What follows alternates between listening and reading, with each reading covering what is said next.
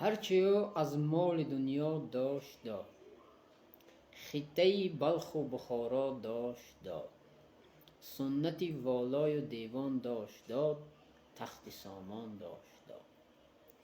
دشمنی دانشگدایش دانش سینا گرفت، دشمنی بی سنتش دیوان مولانا گرفت.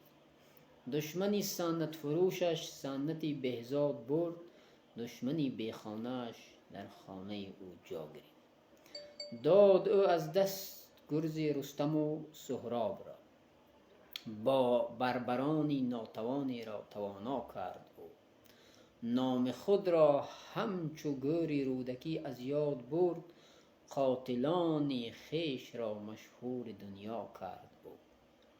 قامتی کوتاه منقید از منار قلعه اهل خراسان شد بلند، پستی صحرای قیپچاق از بلندی بدخشان شد بلند. خلق تاجیک خلق ارمان، آب در چشم چون یتیمان، در لبش خشم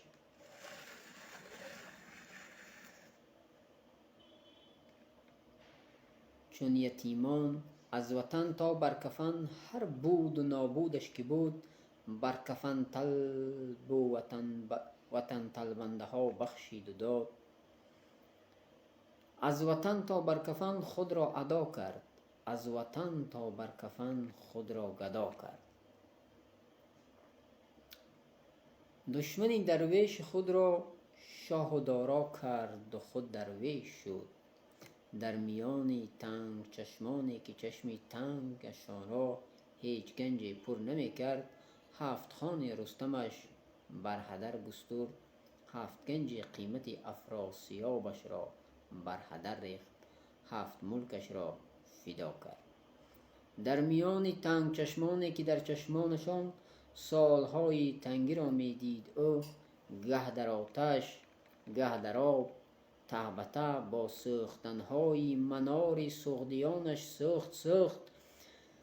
با خراباباد دیوار و دری افراسیابش شد خراب. لیک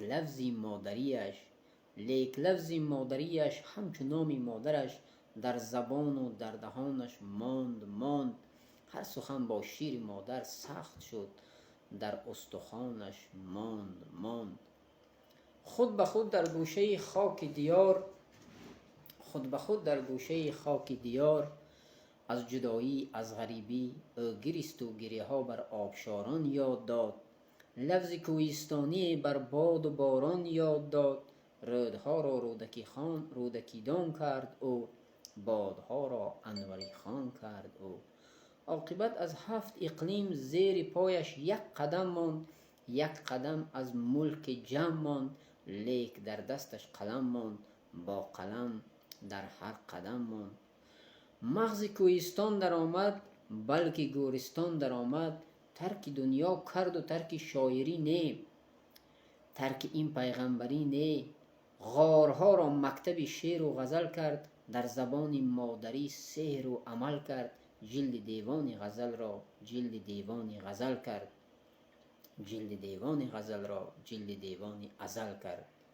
تا کنون از طاق غار، از مغار، از مزار و گوشه ویرانه می توان دریافت طومار بیاض دفتر از شاعر گمنام. روز نابادیش تاجیک زبان آباد کرد، در زبانش دولتی بی دولتی بنیاد کرد. دولت از حرف وزنین، دولت از شعر رنگین، از چنان شعری که هر یک مصرعش جویه از خون سربازان اوست. روزن نوری از آتشهای زردشتان اوست. گویا چون صید مجروح او جراحتهای خود را گشته و برگشته لیسید، با زبان خود دوا کرد. در سرایش تاجیک از بختی نگون، گرچه با گبر و مسلمان هم سرا بود. هم رسول و هم خدا بود، در زبان اما جدا بود.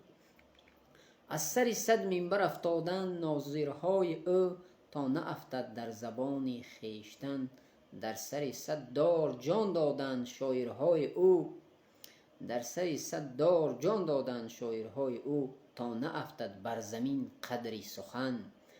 عاج گم کرد و زبان را گم نکرد، تاج گم کرد و زبان را گم نکرد، بخت گم کرد و زبان را گم نکرد، تخت گم کرد و زبان را گم نکرد، رخت گم کرد و زبان را گم نکرد. در حد و سرحد شناسی زبان، سرحد تاجیک زبان تاجیک است.